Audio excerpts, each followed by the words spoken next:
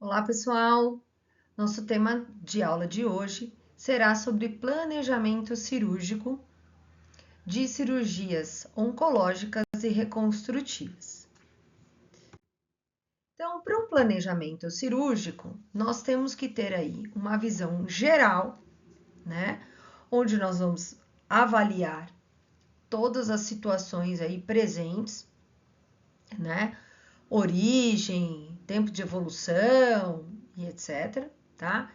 E começar a focar na situação quando isso também começou, localização, isso é muito importante, tá? E uma coisa que eu venho percebendo e que a gente tem que levar em consideração é o perfil de paciente, tá? Perfil de paciente. Por quê? Porque às vezes nós estamos muito bem habilitados, tá? Treinados a executar a técnica, porém, para aquele paciente é complicado, tá? Então, a gente tem que pensar em todas as possibilidades, né? Porque senão a gente acaba fazendo, enquanto o paciente está sob efeito anestésico, tá tudo bem, né? Mas depois, a hora que esse paciente acorda, nós temos muita intercorrências e muita complicação no meu pós-operatório. Então, esse planejamento tem que ser feito antes, prévio, né? Por isso que a gente tem que ter várias possibilidades de técnicas. Eu falo que nós temos que ter vários planos, às vezes, estratégicos para cada paciente, tá? Porque às vezes tem um temperamento que não bate de acordo com a técnica, né? Às vezes uma condição corporal que não vai ter, então isso tudo tem que ser pensado previamente. E nós temos que ter várias possibilidades, porque às vezes no meu transcirúrgico eu acabo achando que eu vou para um plano A e acabo tendo que fazer um plano B, tudo bem? Outra coisa que nós temos que pensar também é em relação ao perfil do cliente, né? Isso antes a gente também não, acho que não é questão de levar em consideração, mas faz parte essa coparticipação do tutor conosco, né? Além de uma comunicação que eu acho que isso tem que ser feita de uma forma muito clara, muito direta, tentando tirar todas as dúvidas desse cliente antes da execução de qualquer procedimento, né? Para evitar problemas posteriores também, né? Então, importante, um cliente que pode fazer tudo, né? Clientes que não podem fazer nada. Então, a gente tem que tomar bastante cuidado, né? Clientes que às vezes se arrepende do que fez porque, eu não sabia que ia ficar assim ou ia ficar assado. Eu achei que ia ficar de um jeito, não entendi como que ia fazer. Então, eu às vezes recomendo que nós tenhamos, às vezes, reuniões prévias com esses tutores, tá? Para tentar elucidar o máximo e que ele seja coparticipante do que nós estamos fazendo, tá? Porque isso é muito importante.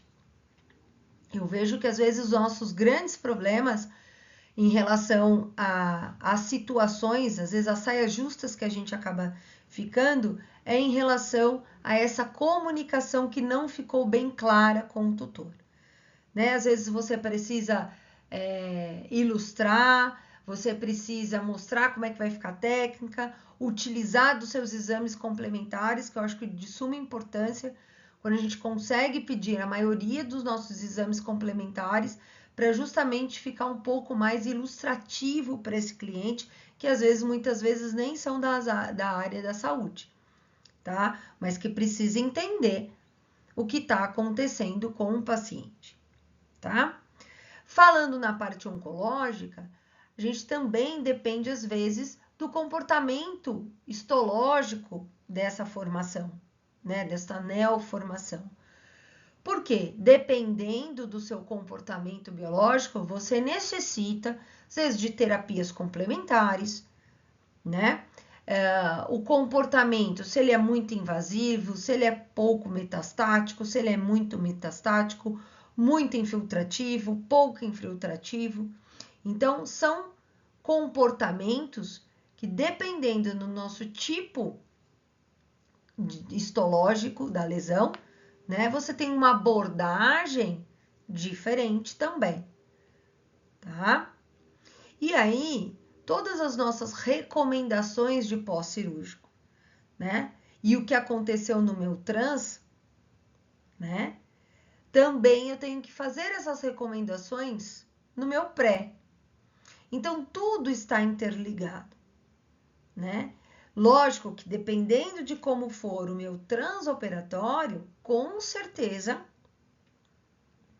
eu vou reforçar as minhas recomendações pós-cirúrgicas, né? Se eu tive alguma intercorrência no meu trans, se eu vou precisar de um tempo maior de observação e internação desse paciente, né? Quais as recomendações que nós temos que fazer com que este cliente, este tutor, né? Que nós fizemos as nossas recomendações lá no pré-cirúrgico e nas nossas reuniões, por exemplo, antes, né? Sejam recomendadas e estruturadas. Eu acho que isso é de grande importância.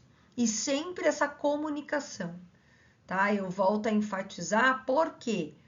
Porque isso às vezes se perde, né? Depende também do perfil do seu cliente, eles às vezes se perdem, né? Por quê? Às vezes é uma avalanche de informações. Tem a parte emocional e psicológica que também está envolvida, né? Então a gente precisa lidar com tudo isso e ter o bom senso e essa sensibilidade para entender, né?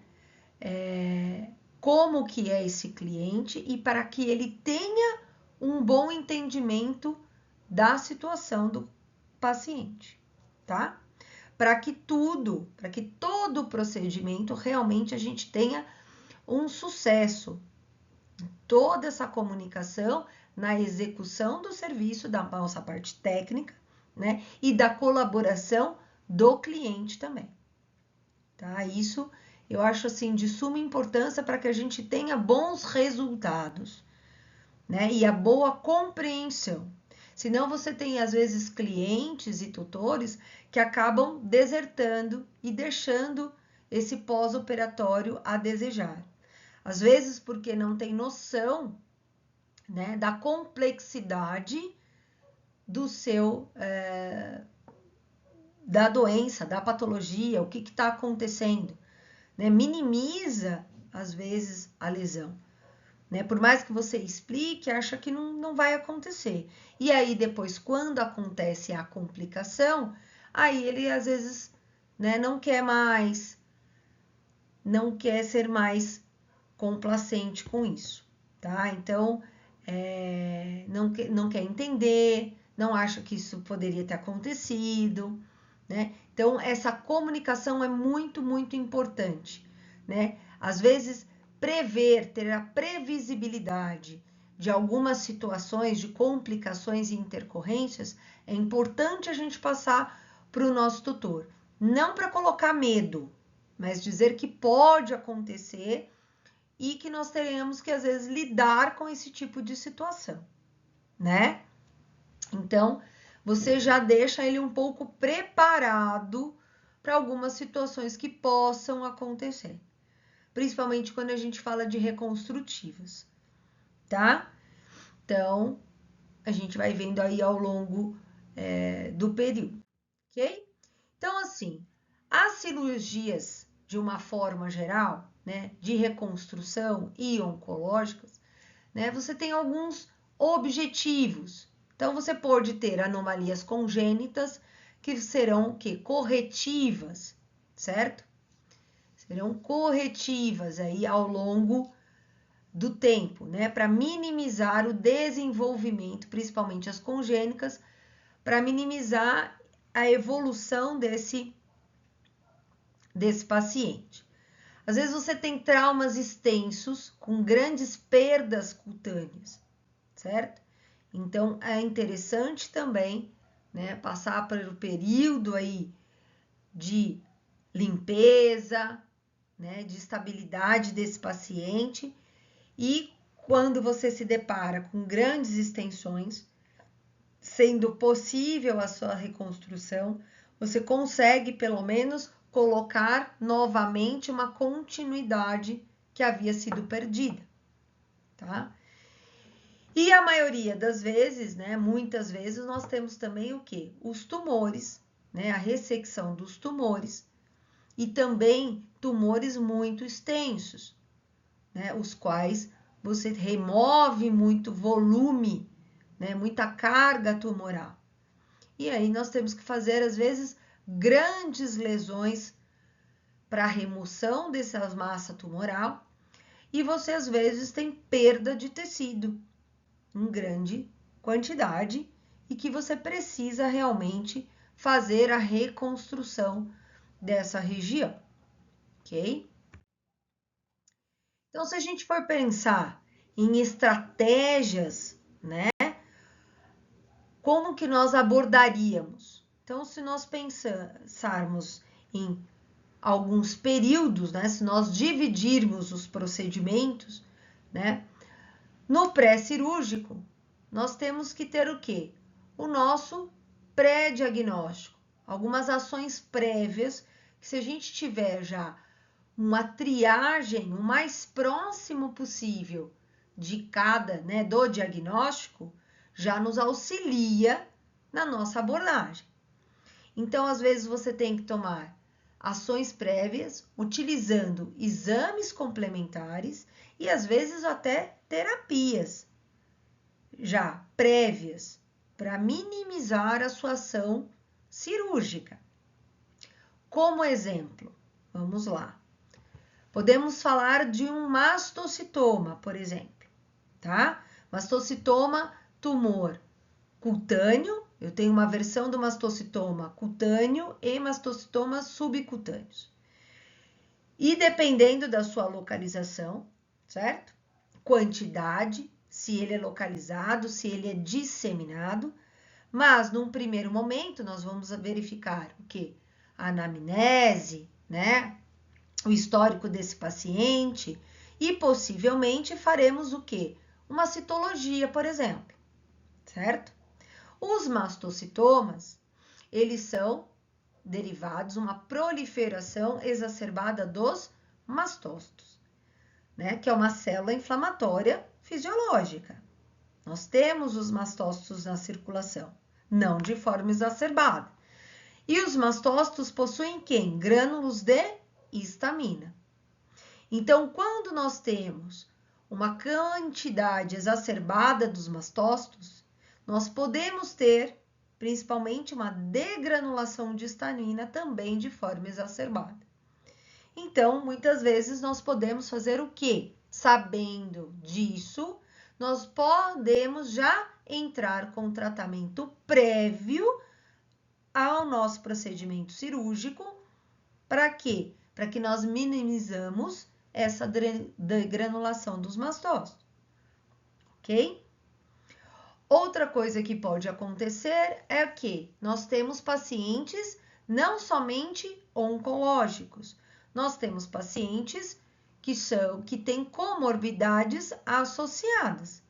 Portanto, nós temos pacientes que temos que lidar com hiperadreno, pacientes com diabetes, né? Então, muitas vezes nós temos que trabalhar com os colegas, né? De outras especialidades, tá? Porque o paciente é um só e as comorbidades aí estão.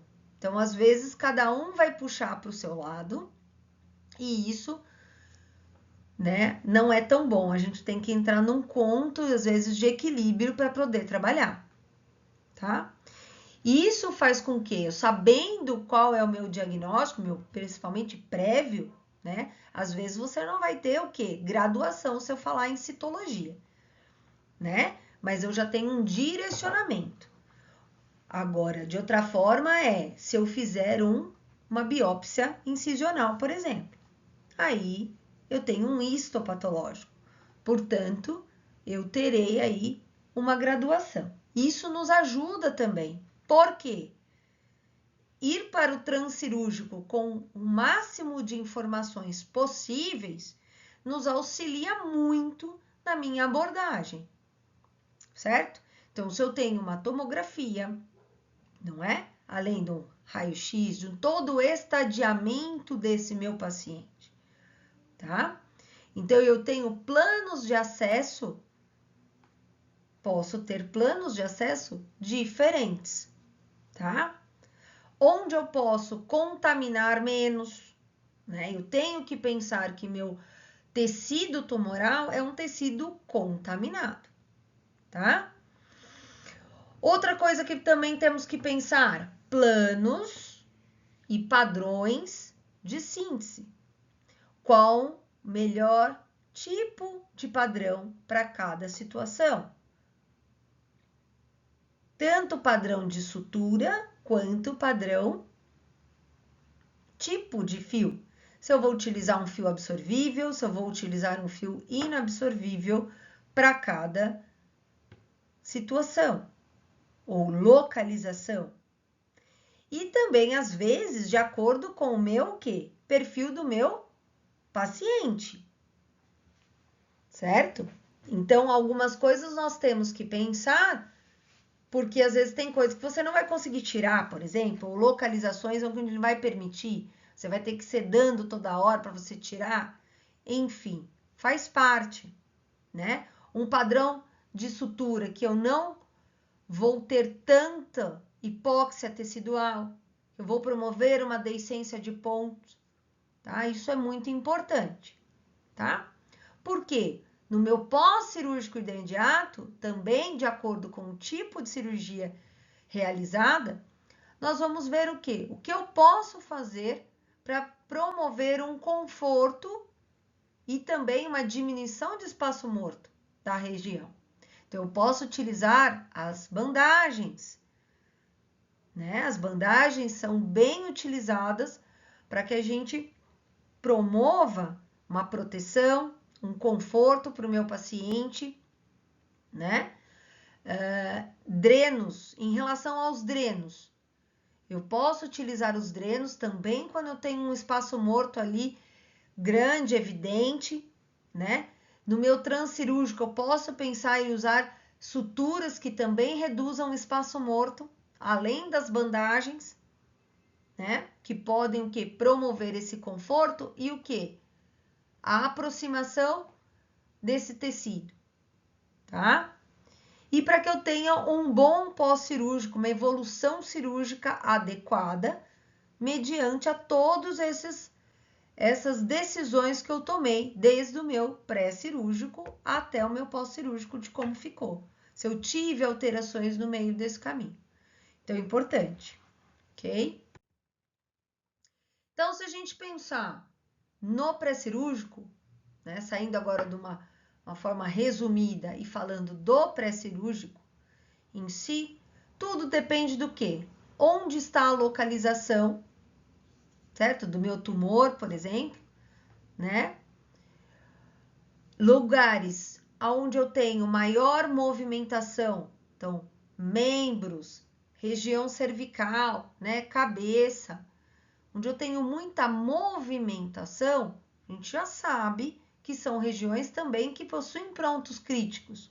A movimentação é um ponto crítico para a gente, né? E lugar de tensão também, tá? O estadiamento laboratorial também será importante, né? O score corporal desse paciente vai fazer diferença? Um paciente caquético, um paciente desnutrido, um paciente obeso, tá? Tem a ver ou não com o meu processo cicatricial, já que eu vou fazer parte, né? Já que eu necessito de uma plastia, eu necessito de uma condição aí cutânea adequada, tá? Então, algumas coisas no meu pré-cirúrgico eu tenho que levar em consideração. Então, voltando a falar de localização, né? Então, volto a reforçar regiões de cabeça, né? Quais as estruturas que estão envolvidas ali, eu estou trabalhando com tecido mole, eu estou trabalhando com tecido ósseo, né? Matriz celular, tecido subcutâneo, qual região que realmente eu estou trabalhando, né? Regiões de movimentação, principalmente aqui, né? Membros, regiões de membros, né? Região cervical também aqui, auricular, né? Que eu tenho movimentação, tá? Região de cauda, eu tenho pouca quantidade cutânea e tecido ali adicional, né? O que eu preciso fazer? De repente, às vezes, se eu tenho uma lesão em região de períneo, por exemplo, eu vou precisar utilizar, às vezes, tecido da cauda, para que eu tenha uma boa cobertura cutânea, por exemplo, aqui nessa região, né? E é um desafio, porque região perineal eu tenho o quê? Uma grande chance de ter contaminação. Então, é isso que a gente tem que pensar nos desafios. A localização serve para a gente pensar, ok? E em relação a estadiamento laboratorial, o que eu tenho que pensar, então, em relação aos meus exames, né? Normalmente a gente faz aquele grande feijão com arroz, né? O que é o nosso feijão com arroz? A gente pede lá hemograma e perfil bioquímico. Ok, se eu tiver pacientes com comorbidades, tem que acrescentar. Então, a gente vai pedir o hemograma, função renal, função hepática, né? Que é o nosso feijão com arroz, glicemia. Por quê? Porque eu preciso avaliar se meu paciente tem uma infecção instalada, está sob imunossupressão, se eu tenho pacientes que eu tenho também a comorbidade de ser um hepatopata, aí posso pensar que eu terei aí alguns desafios, né? Por exemplo, fatores de coagulação, importante, muitas vezes a gente não pede também o que? Perfil de coagulação, né? Nós entramos com o paciente em cirurgia, né? E eu tenho que pensar que pacientes que têm deficiência na coagulação, esses coágulos que ficarão principalmente em cirurgia reconstrutiva entre o meu leito receptor e o meu leito doador, vai fazer uma grande diferença.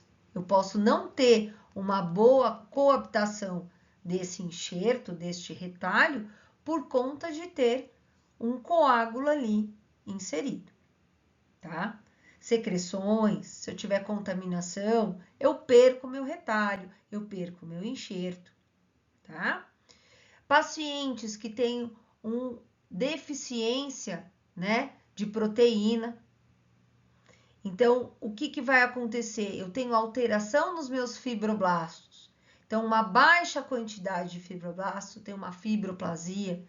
Eu posso ter problemas no meu processo de cicatrização. Então, isso também fará diferença, tá? Pacientes endócrinos, né? Eu posso ter o quê? Hiperadrenocorticismo. Então, algumas raças também são bem predispostas a isso, né? Principalmente Shih Tzu e etc, né? Alguns pacientes aí que têm esses problemas endócrinos. Eu tenho muito glicocorticoide circulante, hipotiroidismo, também vou ter o quê? Distúrbios de colágeno, distúrbios de fibroblastos, tá? Diabetes, né? Então, eu tenho infecções sendo mais susceptíveis, né? Em pacientes endocrinopatas, metabolismo dos carboidratos, dos lipídios, das proteínas com alterações, que vai fazer o quê? Uma alteração no meu processo cicatricial. Então, nesses pacientes, nós temos que ter um certo cuidado na nossa abordagem. E isso tem que ficar muito claro com o nosso tutor, porque às vezes ele vai nos cobrar resultados, os quais não são na média dos resultados que nós temos de pacientes que não tenham essas comorbidades, por exemplo. E aí a gente fica se cobrando e falando, nossa, mas por que tá dando certo? O que foi que eu fiz? O que foi que eu errei? O que eu deixei de errar? E às vezes não é isso. Nós temos que avaliar os fatores que esse paciente possui, tá? E em relação ao score corporal, outra situação também importante, né? Pacientes que são caquéticos, nós temos uma deficiência grande aí proteica também, né? Pacientes que têm desnutrição, caquexia, eu terei alterações no meu processo cicatricial. E pacientes obesos também não é sinal de saúde, né? Os obesos também possuem várias endocrinopatias associadas, né? E eles acabam às vezes sendo até mais frágeis. Então não é porque eu tenho um obeso que eu vou ter, por exemplo, um enxerto mais fácil. Pelo contrário, eu não posso contar com essa gordura que o paciente obeso possui, tá? Então, sempre o bom senso, né? Um equilíbrio, um peso ideal. Porque senão você tem esses distúrbios aí, ok? Pensar também que nós temos o quê? Para nós, veterinários, né? Nós lidamos com uma variedade e variabilidade de raças muito grande. Então, nós temos umas variações gigantes de porte de paciente, né? Várias raças. E eu tenho o quê? Uma flexibilidade, uma viabilidade cutânea, principalmente se a gente pensar em cirurgias reconstrutivas, muito grande. Por isso, o perfil de paciente tem que ser avaliado, tá? Isso é muito importante, porque às vezes uma técnica que você vai escolher para uma raça, para um Shar-Pei, por exemplo, não será adequada para um Bulldog, para um Pitbull. Eu não tenho para um gatinho, eu não tenho essa flexibilidade cutânea, por exemplo, tá? Por mais habilitado que você esteja. Outra coisa importante em relação à idade, não é? Muitas vezes você tem pacientes com uma idade mais jovem, você tem uma cicatrização, às vezes, muito melhor do que um paciente mais idoso, ou seja, o metabolismo aqui vai contar, né? Vai ser uma moeda importante aqui nessa história, tá? Mas não esqueçam, pacientes mais jovens, ele tem um metabolismo mais acelerado. E aí eu também tenho o quê? O meu pós-operatório, onde você encher o paciente de recomendações de repouso e etc e tal, que não vai fazer, não é? Às vezes muito mais, ele é muito mais ativo do que um paciente mais idoso, né? Então tudo depende. Isso são coisas que a gente às vezes nem não quer, não pensa, não vai avaliar. Como cirurgiões, nós queremos às vezes tecnicamente, né, resolver o problema e beleza. Só que algumas coisas, hoje em dia, eu acredito que nós tenhamos que colocar na balança, tá? Porque às vezes não vale a pena. Depois as complicações do seu pós-operatório, ok? Então, falando aí de uma forma geral, desse planejamento oncológico de uma maneira geral, né? Nós temos o quê? Complementos diagnósticos, ou seja, nossos exames pré-cirúrgicos, nossos exames complementares, para nos ajudar, né, em relação a essa triagem ou nosso pré-diagnóstico.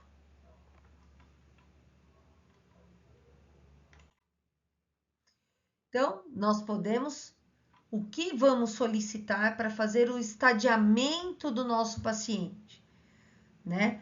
Lembrando que todo tumor, né? Se a gente falar na parte da oncologia em si, né? Todo paciente a gente tem um TNM, por exemplo, né? Então, o que é esse TNM? A gente fala em relação a tumores, tamanho tumoral, N em relação a acometimento de linfonodos e M em relação à metástase, a distância, né? A metástase em si. Então, essa avaliação é feita pela nossa avaliação de anamnese, sinais, ok? E muito também com os exames que nós vamos complementar, né? Para saber o quê? Qual é o estágio que esse paciente está, tá? Então, nós pedimos muitas vezes o quê? Nossos exames laboratoriais, nossos exames de imagem, então radiografia, ultrassonografia, tomografia, que tem nos ajudado muito em relação à nossa visão 3D, né? Faz a nossa triagem, a gente desconfia e muitas vezes, em lugares que nós tenhamos essa possibilidade, a gente solicita a tomografia, né? E às vezes até ressonância, tá?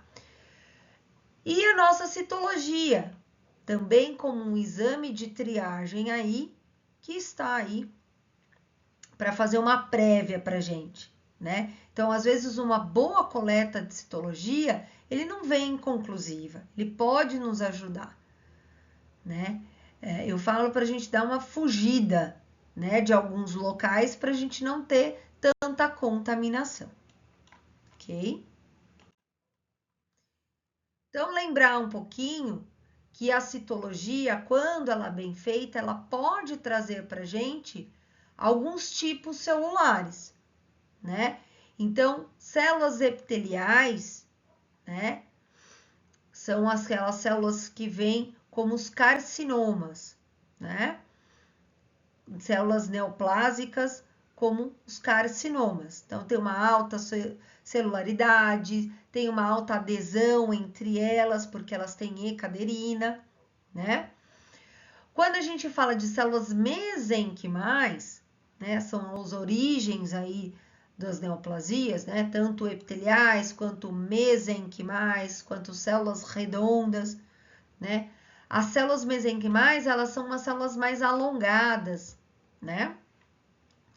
Que vem lá de matriz extracelular, de tecido conjuntivo, de musculatura, né? Então, eles podem vir com células mesenquimais. Células redondas, elas são bem arredondadas, né? Então, onde a gente tem aí os mastocitomas, linfomas, TVTs, são células redondas.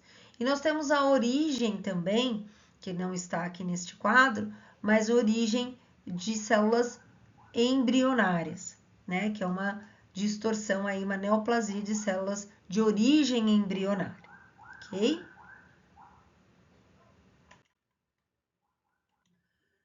Então, olhem lá, observem, né? Eu tenho aqui, ó, células mais alongadinhas, né? Com critérios de malignidade, né? Alterações de malignidade que os patologistas vão mostrar pra gente, né? Núcleos binucleados, células binucleadas, na verdade, né? Com atipias celulares, né? Cariomegalia. Então, alterações que vão mostrando a malignidade daquela formação.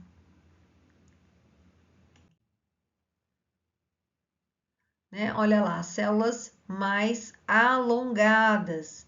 E aí a gente tem inúmeros mesenquimais, fibrosarcomas, osteosarcomas, condrosarcomas, são exemplos de células mesenquimais aí, ok? Mais para ilustrar.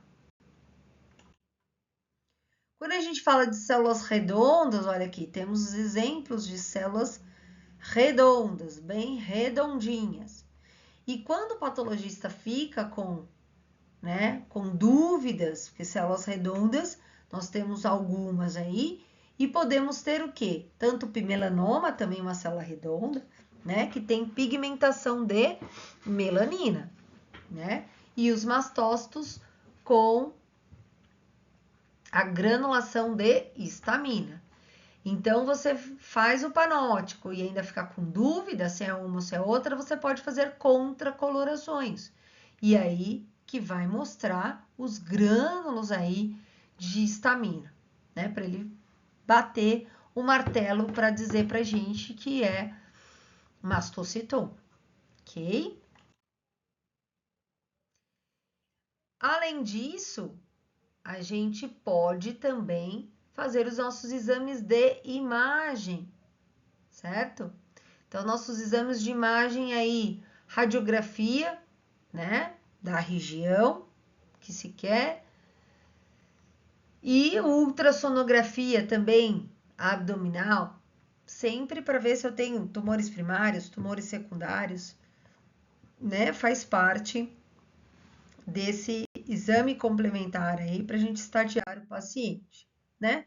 As tomografias e as ressonâncias também estão aí para deixar esse diagnóstico mais preciso, né? Ter uma especificidade melhor, né? E traz às vezes a imagem, a dimensão que a gente precisa, né? Você manusear a tomografia, por exemplo, né, te dá essa impressão de dimensão, né? Do quanto ele tá profundo ou não, o que tá, qual órgão adjacente que também pode estar acometido ou não, tá? Então você tem diferenças aí que às vezes no raio-x, né, que é muito estático, na ultrassonografia não consegue dar essa dimensão para gente, né? Mas às vezes, muitas vezes na tomografia você consegue, te ajuda muito a elucidação dessa parte tridimensional, né? Principalmente que vocês conseguem também fazer as reconstruções 3D, né? Que às vezes também ilustra, e aí às vezes para o cliente, né, fica um pouco mais palpável de entendimento, vamos dizer assim, né? Olha lá, e aí você tem tipos, né, no mercado, aí nós já temos vários lugares que possuem tomografia hoje, né? Mas ainda alguns lugares não conseguem, mas nos grandes centros realmente, né? E questão também financeira, né? Então, olhem lá. Falando aí um pouco, além da parte de ultrassonografia, a gente também pode adicionar a parte cardiológica, também muito importante na nossa admissão para a cirurgia, né? O nosso velho companheiro anestesista sempre vai solicitar, né, e sempre vai querer saber dessa parte cardiológica também, que também é importante, né, para avaliar esse paciente, né? Se tem condições aí também de mesa, né? Estar habilitado, estar apto, certo? Então, como falamos aí, a radiografia, né, é um exame também de triagem, dependendo da sua localização, ele já dá também uma grande triagem, uma sugestão do que pode ser, né? E aí você vai o quê? Trilhando quais outros locais que você vai precisar solicitar os exames, né? Muitas vezes a queixa principal é localizada, mas a gente não pode deixar de fazer uma avaliação geral. Então, eu comecei os slides falando de planejamento, às vezes, né? Falando de setorização e uma visão geral. Então, às vezes, vai começar com a tua queixa principal aí, e depois você vai ampliando para ver se eu não tenho o quê? Uma metástase, né? Um outro comprometimento associado a essa minha queixa principal. E quando eu tenho, né? Eu coloquei um raio-x de crânio aqui, porque nós temos também localizações que elas são complicadas e são desafiadoras, né? Por quê? Porque eu tenho sobreposição de imagens, que às vezes não fica tão claro, né? Não fica tão evidente, nós ficamos com dúvidas às vezes no nosso diagnóstico. Porém, são exames prévios, né, de triagem, que a gente não deve, assim como mastologia, às vezes subestimar, porque às vezes numa localização que a gente faz bem feita e já pode te pedir, né, te sugestionar e abrir né, a sua cabeça para ir solicitando outros exames para fechar o diagnóstico, certo? E aí eu coloco para vocês, né? Então você fez lá, por exemplo, não é do mesmo paciente, né, do slide anterior, mas eu coloco para vocês. Você fez lá um raio-x de membro como o exame anterior, né, como a imagem anterior. E aí eu tenho um raio-x de tórax, né, com esse comprometimento, né, de tórax. Então, para quem não está muito acostumado, eu tenho aqui, né, um raio-x de tórax lateral esquerdo, né, onde eu tenho evidências de formações, né, radiopacas em lobos pulmonares. Então, eu tenho essa parte comprometida, né? Só que aí o que eu falo? Será que esse paciente não poderia ser submetido a um procedimento cirúrgico, por exemplo? Então, aqui vimos o lateral direito, o esquerdo, e agora vimos o lateral direito, que corrobora com o lado esquerdo, certo? Mantém aqui, ó, a minha formação nos lobos pulmonares, né? Então, eu já imagino esse pulmão, se eu visse em loco, né? Se a gente abrisse aí a cavidade, parece aquele pulmão que é um choquito, né? A gente vê vários lobos, nodulações no parênquima pulmonar, tá?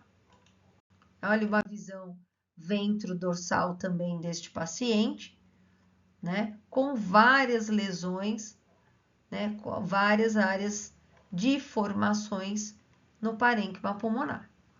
Então, eu deixo a discussão assim, tudo depende realmente do meu paciente, né, da condição em que ele está, se é uma cirurgia que tem um caráter profilático, um caráter paliativo, muito provavelmente, né, com uma condição de metástase pulmonar nessa situação, eu não pensaria que o objetivo dessa cirurgia seja curativo, né, mas sim paliativo.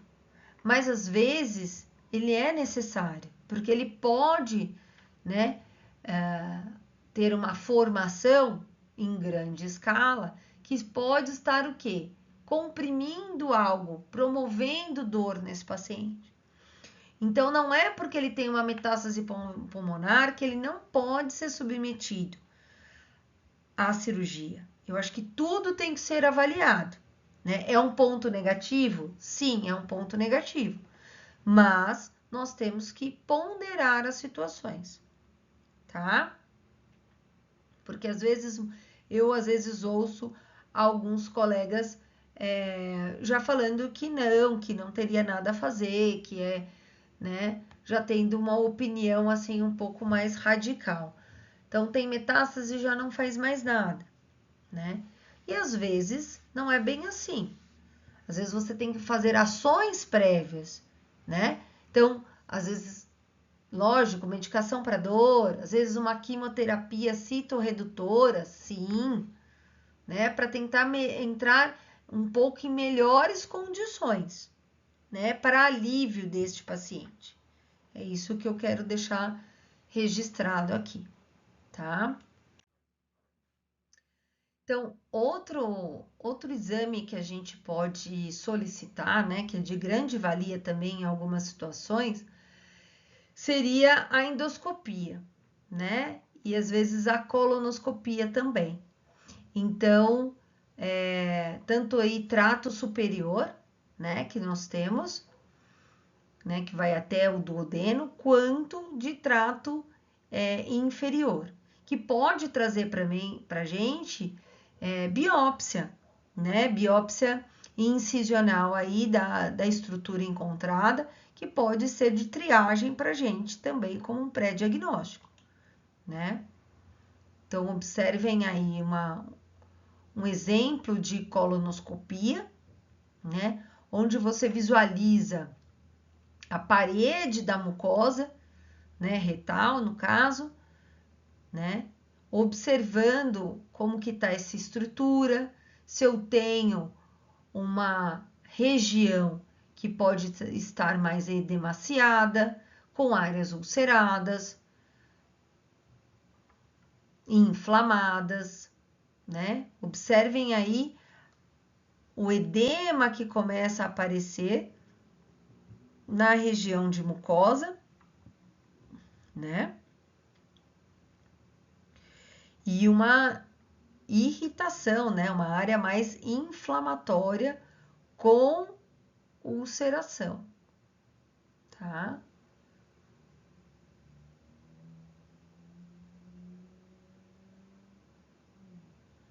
Então, isso é importante para a gente avaliar. E muitas vezes se consegue material para biópsia, que nos ajuda a ter uma prévia, né, desse paciente, ok?